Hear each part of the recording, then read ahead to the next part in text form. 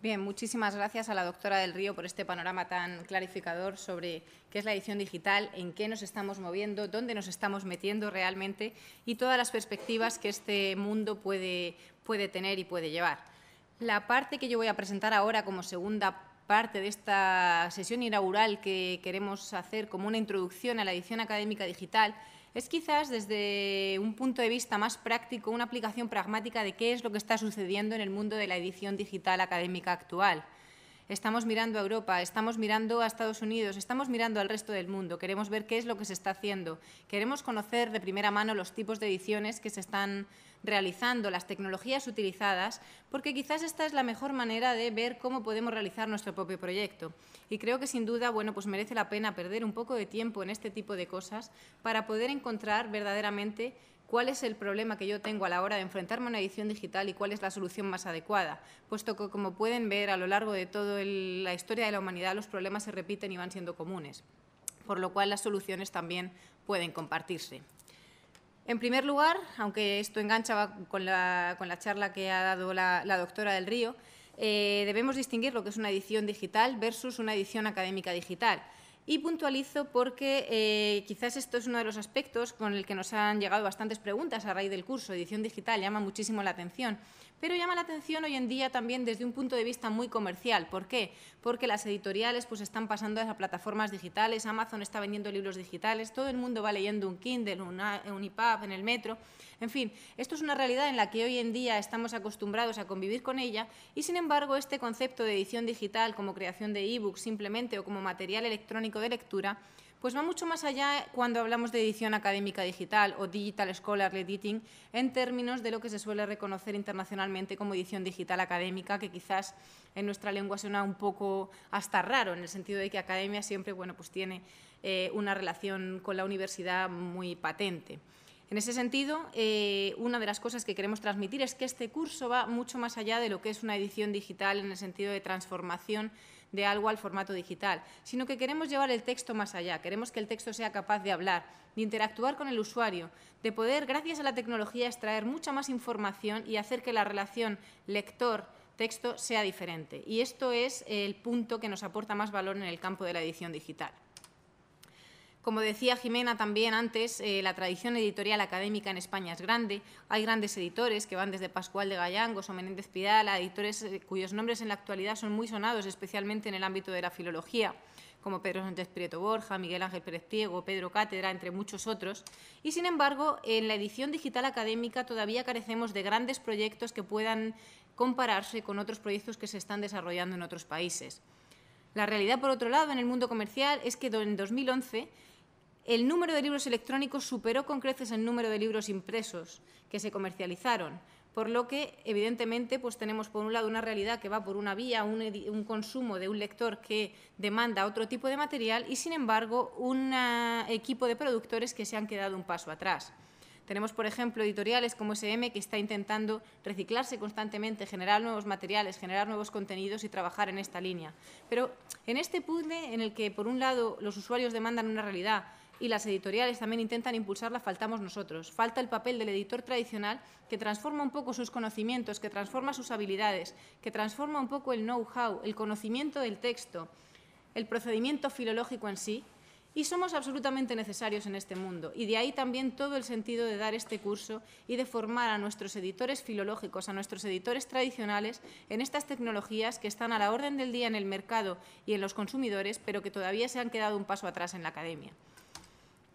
Así es como nos encontramos ahora mismo, como el muñeco rojo a punto de caer al precipicio cuando nos demandan realizar un proyecto de edición digital.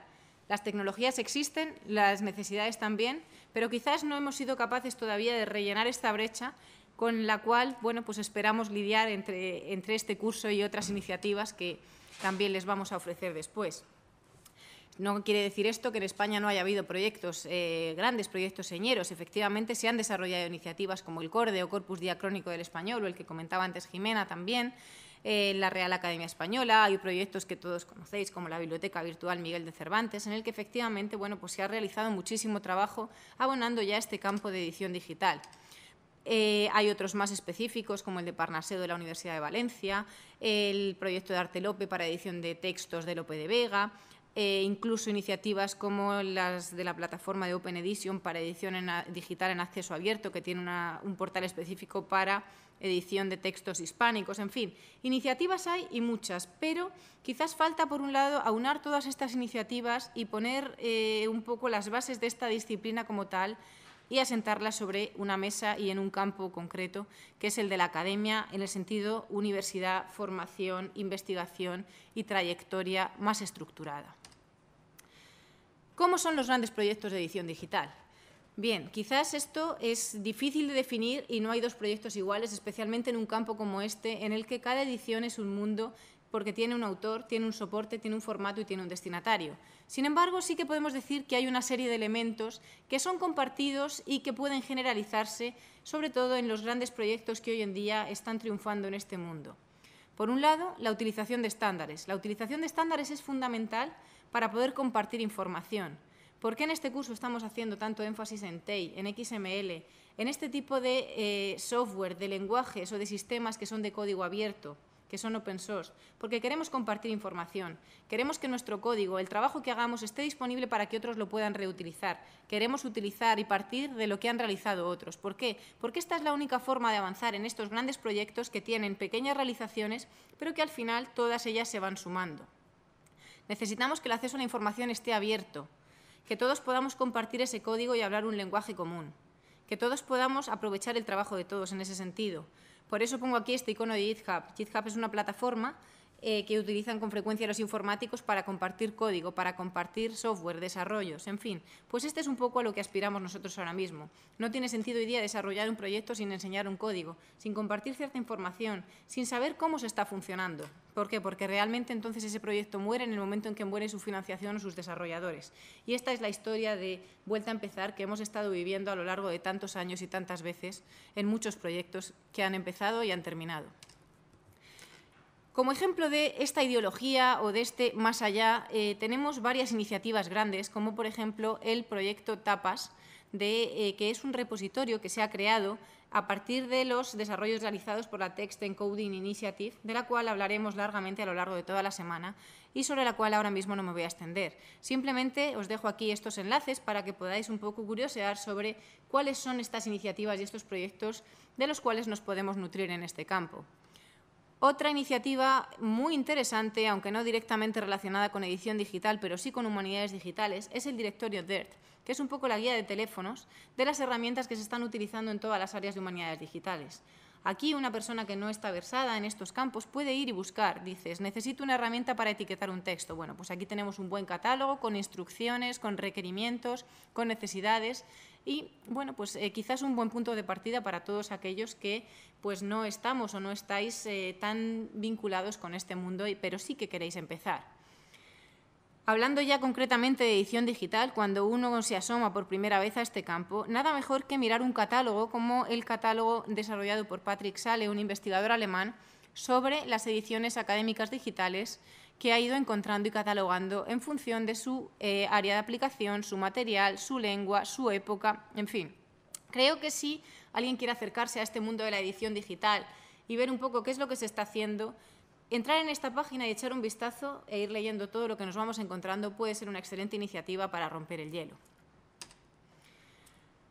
De aquí pasamos un poco a cuáles son las grandes infraestructuras que actualmente pues han triunfado o han permitido a los investigadores o grupos de investigación ir desarrollando sus proyectos o sus herramientas.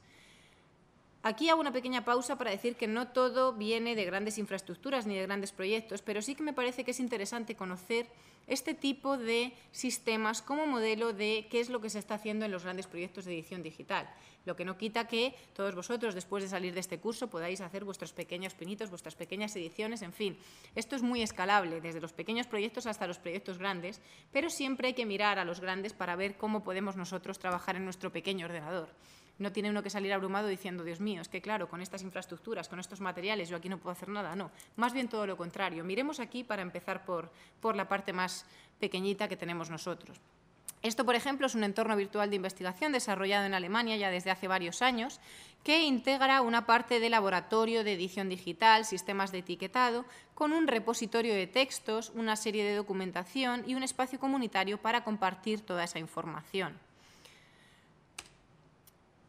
Por otro lado, también en la Academia de Brandenburgo de Alemania se han desarrollado distintas herramientas para facilitar todo el tema del acceso a los entornos de edición digital.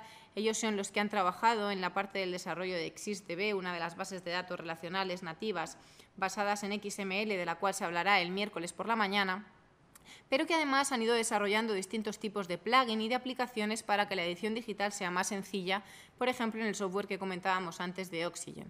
Esto puede sonar un poco lejano, pero realmente, bueno, cuando vayamos viendo a lo largo de toda esta semana cuáles son las herramientas y los desarrollos que se han ido realizando, creo que cobrará sentido el haber visto todos estos proyectos para entender de lo que estamos hablando en general. Hay otras plataformas que se han desarrollado a nivel, bueno, pues quizás podríamos decir nacional, con grandes aspiraciones, como este laboratorio de edición digital, que ya va por su tercera versión, que tiene su sede en Holanda, que realmente lo que pretende es que el usuario entre dentro de un entorno y sea capaz de generar su propia edición, su propio texto y mostrarlo con distintas visualizaciones y distintas variantes. En este sentido, incluso hay plataformas que van un poco más allá e intentan añadir hasta la parte semántica de datos enlazados, de compartir información y de hacer llevar la edición digital a no solo el texto, sino de convertirlo en una biblioteca digital que se pueda relacionar con otros elementos. La plataforma Muruka es también otro de los desarrollos que son especialmente interesantes como un paso más allá dentro del campo de la edición digital. Un proyecto interesante que también me parece, bueno, pues importante mencionar aquí, porque ya, vamos, lo he mencionado ligeramente, es este de Open Edition, que es un proyecto muy grande, casi, bueno, reconocido a nivel nacional en Francia, que es la plataforma de edición en acceso abierto, que funciona también sobre un sistema de XML. Ellos tienen el portal de blogging académico más grande, que es el portal de Hypothesis, que quizás algunos conozcáis, cuya sede hispánica se encuentra aquí en la UNED y está gestionada por el personal de nuestra biblioteca, además de un comité para crear blogs. Tienen también una plataforma de revistas digitales y una plataforma de libro digital electrónico. La ventaja de esta plataforma es que la mayor parte de los contenidos se muestran en acceso abierto, funciona por suscripción a las bibliotecas y realmente han creado un modelo de negocio bastante innovador en nuestro campo que ha generado muchísimo movimiento, sobre todo en el campo de las humanidades digitales en Francia y ahora también internacionalmente. Entonces, bueno, pues como modelo de edición digital en abierto creo que resulta muy interesante y, bueno, pues además especialmente con el campo de las humanidades digitales por delante. Y les invito además a que echen un vistazo porque, bueno, pues pueden encontrar información útil más allá de crearse un blog si así lo desean. Por otro lado, quería también mencionar brevemente los grandes grupos que han ido moviendo el campo de la edición digital. Más allá de estos proyectos, de estas infraestructuras que surgen a nivel local o a nivel de centro de investigación, hay una serie de iniciativas que lo que han hecho ha sido conectar a gente de distintos grupos y de distintos países.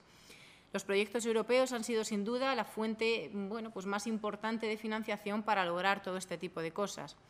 Mencionar aquí, por ejemplo, la Coast Action Interedition, que fue una de las primeras iniciativas que permitió a varias personas de distintos países conectarse y crear una plataforma común para tratar el tema de la edición digital a gran escala. Ahora, y gracias también con este curso, tenemos también la Marie Curie Training Network que se llama Dixit. Esta es una iniciativa que nació hace un par de años, financiada por una red europea Marie Curie en la que participan distintos países. Está liderada por Colonia y su foco es la edición digital académica en el sentido que nosotros la entendemos. De hecho, este curso es parte de la red porque comulga un poco con todos los objetivos y con todos los sistemas de edición que ellos ahora mismo están promoviendo. Se trata de que todos tratemos un poco de hacer lo mismo, de instalar una disciplina, unas formas de hacer, unas formas de proceder. Y, bueno, pues entrando en la línea de estas dinámicas, lo que intentamos hacer es que los estándares se consoliden a nivel internacional y que todos nos podamos enriquecer con el trabajo de todos. Pero, bueno, en cualquier caso, creo que es muy interesante echar un vistazo a estas páginas para ver qué es lo que se está haciendo más allá de nosotros, más allá del laboratorio, más allá del ámbito hispánico en el campo de la edición digital en general, porque lo interesante de todo esto es que uno descubre proyectos nuevos y iniciativas que verdaderamente valen la pena. Pero vayamos ahora, después de hablar un poco de estos grandes grupos y de estas grandes iniciativas, a proyectos más concretos. ¿Qué entendemos por proyectos de edición digital? Bien, Aquí, por ejemplo, les muestro un proyecto de edición que está desarrollado por el Centro del Bronnen Study de Holanda también y vinculado con el laboratorio que mostraba antes. Este es un desarrollo concreto en el que se muestra en una misma pantalla una edición de un facsímil con una transcripción del texto, pero además se puede visualizar el código TEI de la marcación de la propia edición y distintas variantes que se van marcando o iluminando en función de cómo la persona que busca va queriendo visualizar el asunto. En fin, este tipo de proyectos pues, se han ido desarrollando en varios lugares y con las tecnologías similares, pero realmente ofrecen al lector una información mucho más interesante de lo que podría ofrecer una edición tradicional, en la que un editor tiene que elegir entre visualizar un facsímil, visualizar un texto, elegir las variantes de la edición, por lo cual ahí el editor ya está filtrando, o modernizar el texto. Aquí la ventaja que tenemos es que el editor puede ofrecer todo a la vez. Puede ofrecer la imagen, puede ofrecer el texto versionado y puede dejar al lector escoger entre las distintas selecciones que puede tener. Por eso hablaba al principio de la diferencia entre interacción de texto y editor. ¿Por qué? Porque aquí la libertad del lector es muchísimo mayor. El lector es quien configura sin texto, quien ve su texto dependiendo un poco de los criterios que quiera elegir.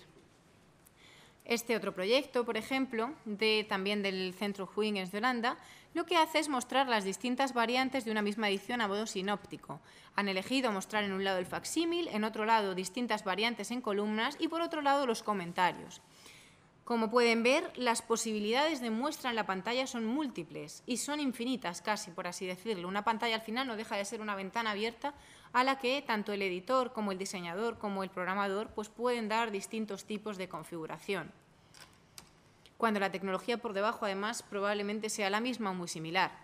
También mi colega mostraba el proyecto de Samuel Beckett Digital Manuscript como un proyecto señero en este tipo de representaciones, por lo que no me voy a extender en él.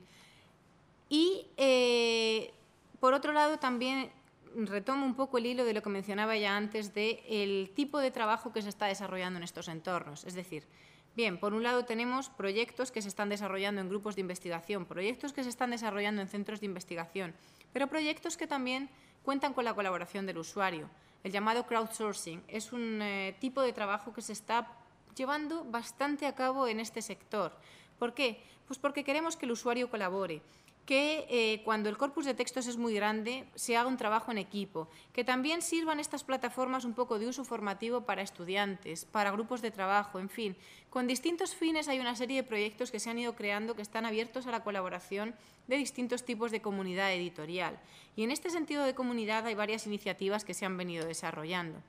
Este proyecto, por ejemplo, de T-Pen de Pensilvania, ha creado una herramienta para transcripción paleográfica en la que también se valora la participación de gente externa y en la que se crean registros de usuarios de forma que cada uno puede ir añadiendo su parte de la edición, sus comentarios y van enriqueciendo así el conjunto de herramientas de la comunidad.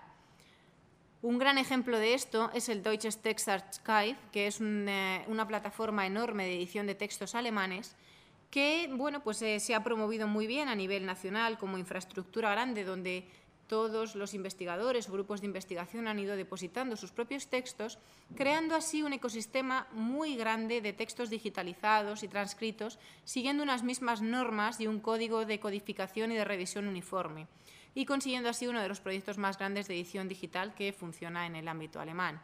Esto, sin duda, este tipo de proyectos son muy importantes, pero también es necesario que haya un soporte institucional, gubernamental, político o estatal para que se hagan posibles. En el caso de Alemania así ha sido y afortunadamente pues, cuentan con infraestructuras y desarrollo que les ha permitido hacerlo.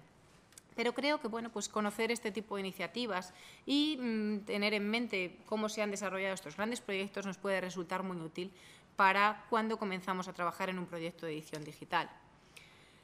Paso ahora a mencionarles algunos tipos de herramientas bueno, pues que aparte ya de estos proyectos o de estas iniciativas pueden resultar muy interesantes a la hora de conocer o enfocar un proyecto de edición digital por pequeño que resulte.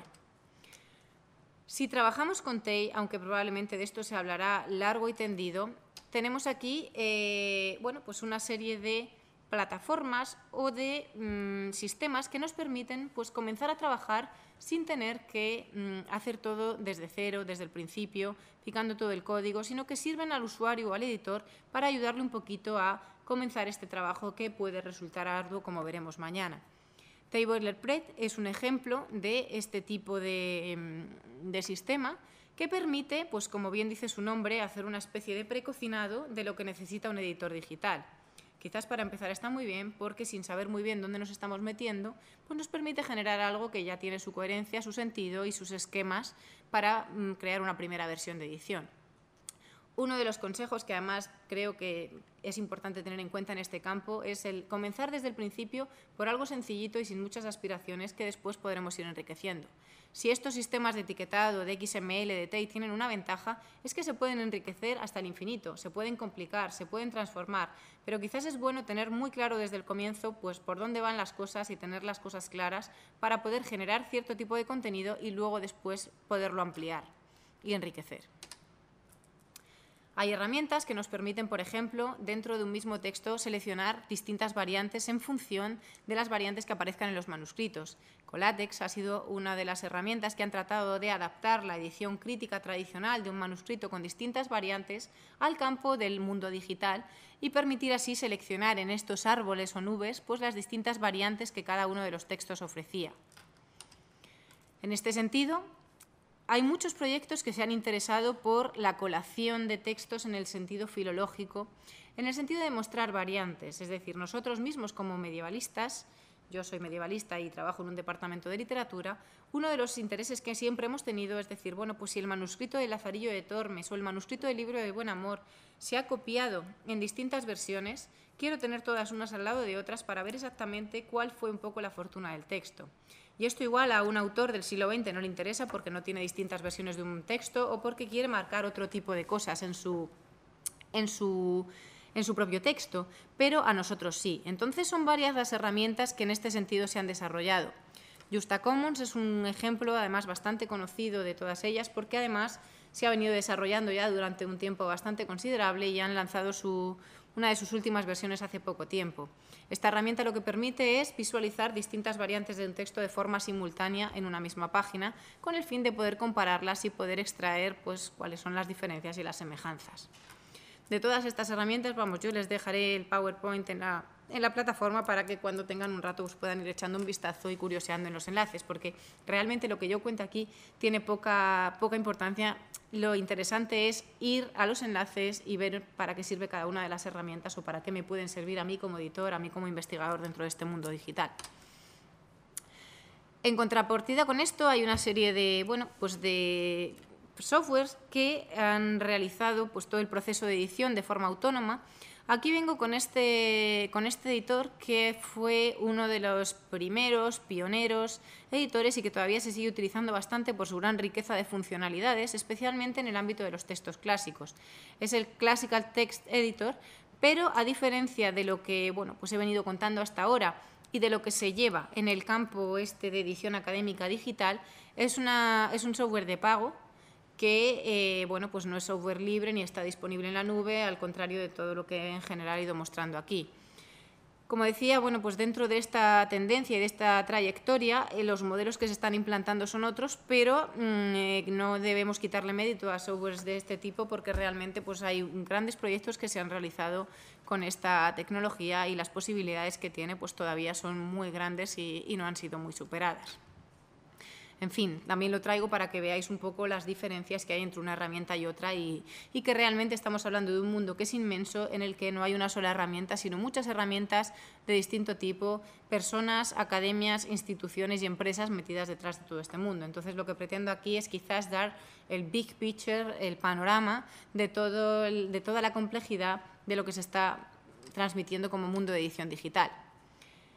En la línea del Juxtacommons que hablaba anteriormente y también de la línea de edición crítica digital en el sentido más académico, muestro aquí esta herramienta que se llama Versioning Machine, que de lo que trata es también de mostrar en un mismo texto con etiquetas diferentes las distintas variantes que aparecen, pero no como hacía Juxta en el sentido de que mostraba en varias columnas diferentes variantes, sino que aquí Lo que hace este software es, cuando introducimos un texto en TEI etiquetado con distintas variantes, es decir, metemos un texto que tiene texto antiguo, metemos una etiqueta que dice el texto decía esto con eses largas, texto moderno, la versión corregida dice esto y esto. Entonces, automáticamente este software detecta la elección de etiqueta antigua, etiqueta moderna y las visualiza de forma separada.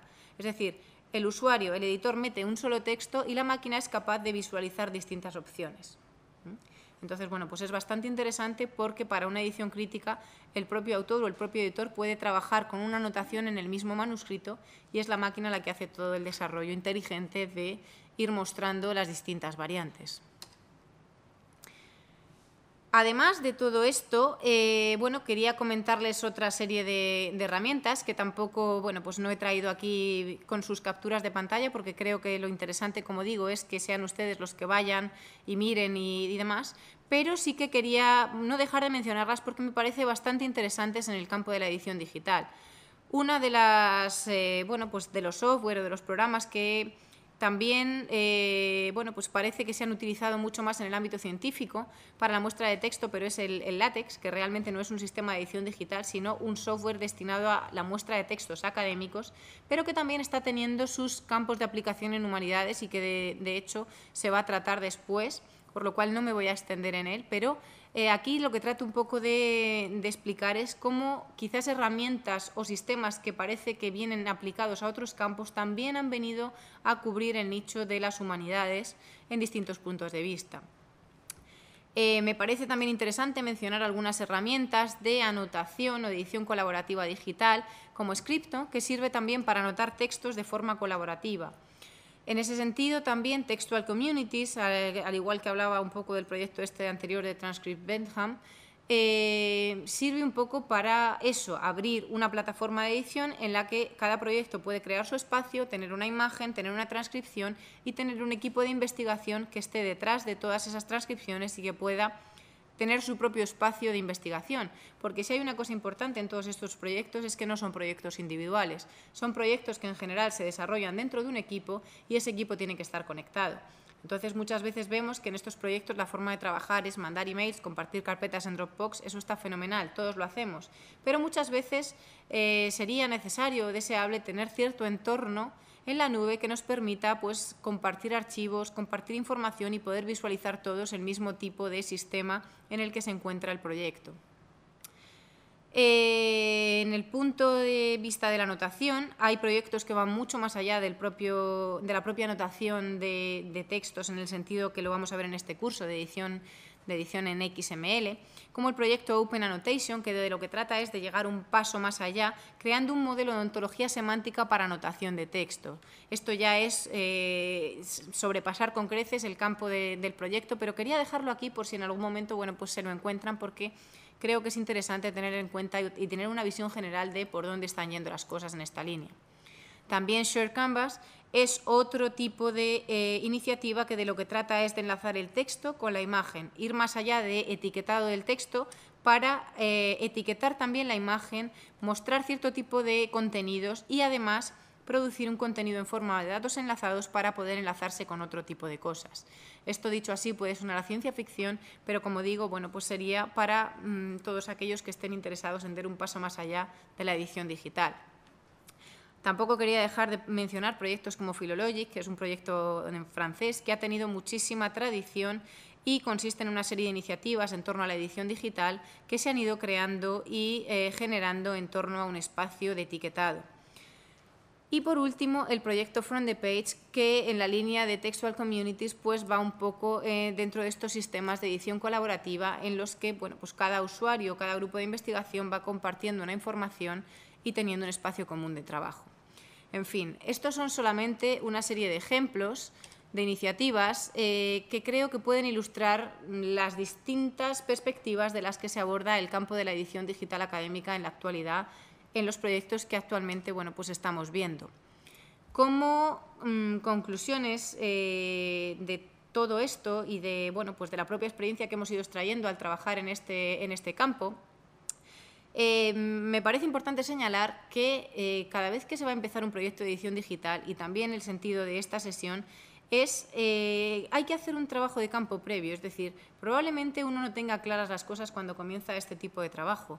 Probablemente uno sepa lo que quiere hacer, pero no se le hayan podido ocurrir otro tipo de cosas. Entonces, mi primera recomendación es ver qué han hecho otros, ver qué quiero hacer y quizá copiar, ¿por qué no? O sea, ideas, sistemas, procedimientos y formas de trabajo. Otro punto importante que me parece muy interesante reseñar es que no hay dos ediciones iguales. Igual que no hay dos cuadros iguales, igual que no hay dos páginas web iguales, la edición digital se puede estandarizar en cierto modo en procedimientos, en sistemas, en etiquetados, pero desde el punto de vista de la creación es un proceso creativo, es decir, un TEI es un sistema estándar, tiene un conjunto de etiquetas, pero no hay dos proyectos con un mismo código TEI. Es decir, cada editor realiza una selección en función de sus intereses, de su subjetividad y de sus marcas. Entonces, sí, utilizamos estándares, pero con esos estándares también creamos nuestro propio proyecto. Entonces, quizás esta perspectiva de, bueno, pues, ¿qué quiero hacer yo?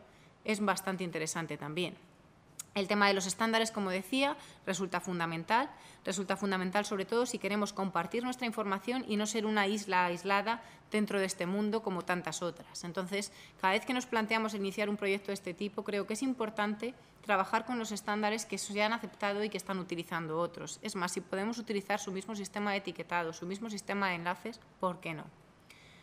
Importante también, como decía, pues el tema del trabajo en la nube, el trabajar en un espacio de archivos compartidos, en un equipo en el que cada uno pues, pueda aportar su parte, porque estos proyectos lo que sí que es muy complicado es que sean individuales, o por lo menos que sea un espacio interdisciplinar, en que haya alguien que haga los desarrollos más técnicos, alguien que haga los desarrollos más filológicos, o un grupo de personas que etiquetan, pero que pueden a la vez interactuar y compartir información, porque si no estos proyectos pues se convierten en proyectos inmensos que no son para una sola persona, lo que no quita que de aquí después cada uno pueda hacer sus propios pinitos con la edición digital. Pero la idea es la transmisión de estos proyectos a largo plazo. Por otro lado, es importante también distinguir entre el soporte, el formato, en fin, quizás me parece interesante señalar esto aquí porque hay cierta confusión a la hora de, bueno, cuando hago una edición digital, uno siempre está pensando en el EPUB. O sea, realmente aquí ya no vamos a centrarnos tanto en el soporte en la tableta como sistema de lectura o en el soporte final o en cómo muestro el texto en la página web en HTML o cómo lo leo en PDF, sino en todo el procedimiento que nos ha llevado a crear o a generar ese tipo de formato. Entonces, creo que es bastante interesante concebir todo el proceso no solamente como el producto final, que como digo, bueno, pues eso ya lo tiene Amazon y uno puede generar un Kindle en 15 minutos en su propia plataforma, sino en todo el procedimiento que supone desde el punto de vista editorial y todos los pasos que implica ponerse como editor. Es decir, que probablemente muchos de vosotros salgáis de este curso diciendo, bueno, pues quizás no genero un texto en HTML o no soy capaz de generar el proceso final de la visualización, pero he sido capaz de etiquetar un texto, de hacer unas consultas y de señalar la información que yo finalmente querré ver. Entonces, para nosotros es más importante toda esa parte de introspección con el texto que el producto final que voy a obtener, que quizás es la parte más sencilla, por así decirlo, ¿no? Entonces, bueno, pues esa es una perspectiva que me parece importante transmitir. Lo del trabajo en equipo que ya mencionaba antes, ya he mencionado bastante y que además creo que me parece interesante. De hecho, uno de los ejemplos más sustanciales de este tipo de trabajo en equipo es si ustedes han trabajado con TEI, con la Text Encoding Initiative, una de las experiencias más interesantes es suscribirse a la lista de correo. La lista de correo de una comunidad de personas que desarrollan y etiquetan en TEI. ¿Por qué? Porque si uno tiene cualquier duda, cualquier problema, escribe un email a esta lista y a los 5 minutos siempre hay alguien que ha contestado. Entonces, este concepto de comunidad, de personas que se ayudan y que además, bueno, pues lo hacen de forma voluntaria y por el desarrollo de toda la disciplina, es quizás el mejor ejemplo de proyecto de edición que podemos transmitir. Este compartir, bueno, pues lleva también a otro tema que me parece interesante mencionar aquí, aunque, bueno, pues evidentemente no será uno de los objetivos del curso, pero creo que es importante e interesante cuando hablamos de compartir código, de compartir información, de compartir texto, el tema de las licencias. Publicar en un libro, publicar en una revista, pues quizá todos estamos más o menos acostumbrados a ello porque, bueno, pues dentro del ámbito académico es una costumbre, es una tradición y todos sabemos lo que implica tener un ISBN o un ISSN o tener ciertos derechos de autor o que los tenga la revista en mi lugar. pero cuando publicamos un texto en una página web, muchas veces pues quizás ni nos planteamos qué tipo de derechos tiene cuando utilizamos un texto ajeno o cuando creamos el nuestro propio. Por esto también una de las cosas que son fundamentales a la hora de emprender o de comenzar un proyecto de edición digital, bueno, pues es establecer qué quiero hacer con mi texto, cuál es el tipo de derechos que yo tengo sobre él, cómo figuro yo como autor. Y en este sentido las licencias Creative Commons han sido creadas para precisamente avalar este tipo de trabajo digital.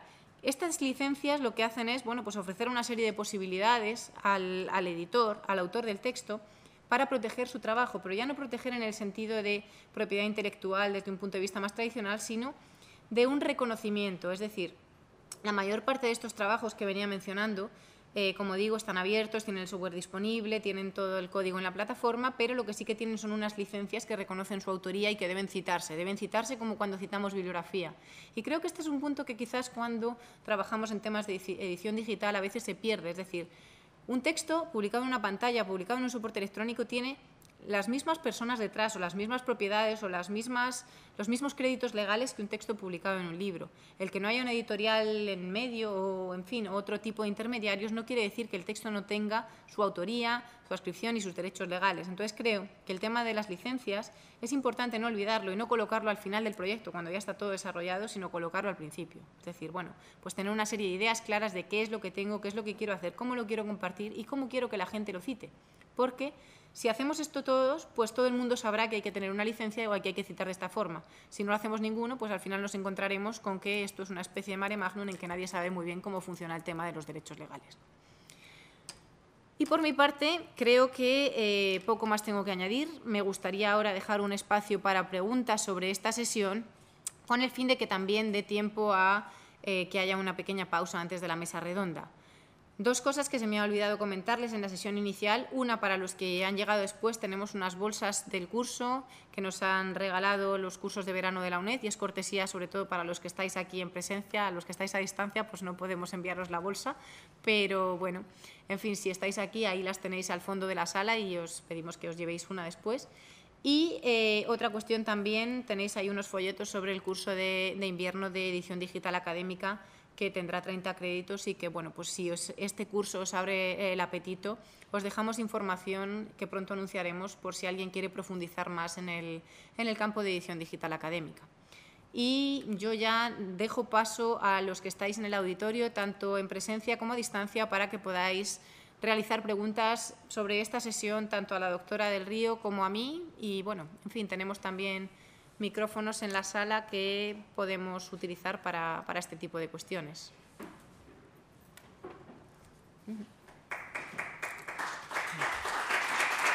Gracias. ¿Subes aquí también? Sí. Voy a por el...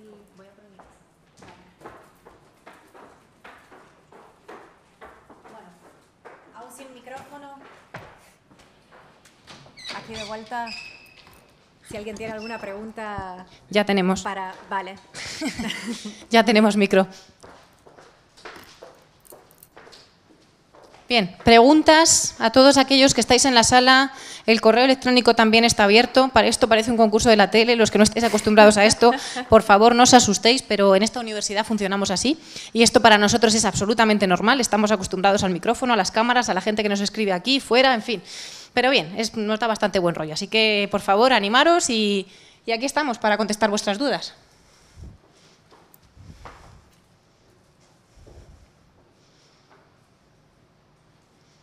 Sí. El micrófono es importante no por darnos así importancia, sino porque realmente es que si no, los que están escuchándonos a distancia no nos oyen. Así que os pido, por favor, que si pedís la palabra uséis el micrófono porque es que si no, no nos oyen.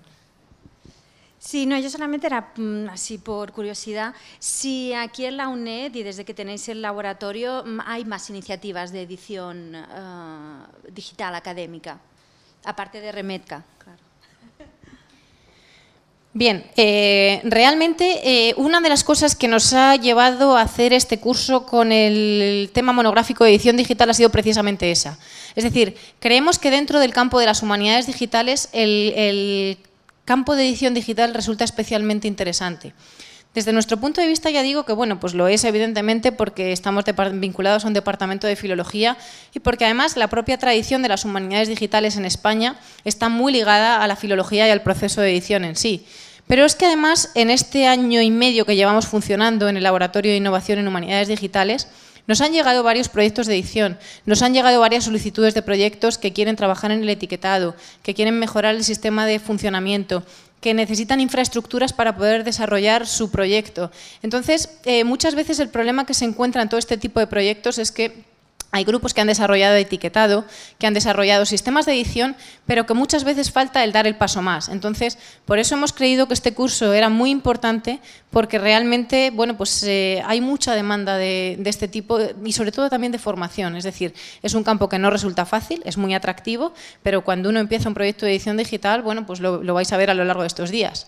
Es arduo. Entonces, bueno, pues nos parecía importante también abrir una línea de formación que es una continuidad natural con lo que estamos haciendo en filología, pero que a la vez es un puente con el presente, porque ya no es el futuro. Entonces, bueno, pues ahora mismo cuando decía que somos el muñequito rojo con la brecha ahí debajo, pues es que nos encontramos en esa situación con frecuencia. Entonces, creo que este curso tenía totalmente sentido por eso, ¿no? Porque vemos que la realidad que nos acompaña tiene esa necesidad.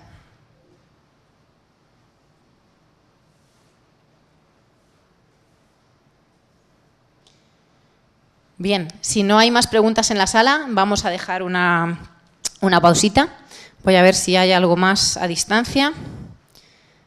Parece que de momento no. Bueno, eso quiere decir que todavía el ambiente está calentándose.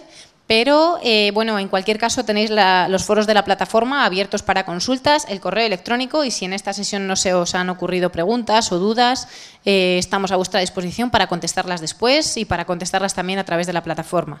Vamos a dejar ahora una pausita de unos 20 minutillos y a las 6 menos 10 comenzamos otra vez con la mesa redonda de edición digital. Muchas gracias.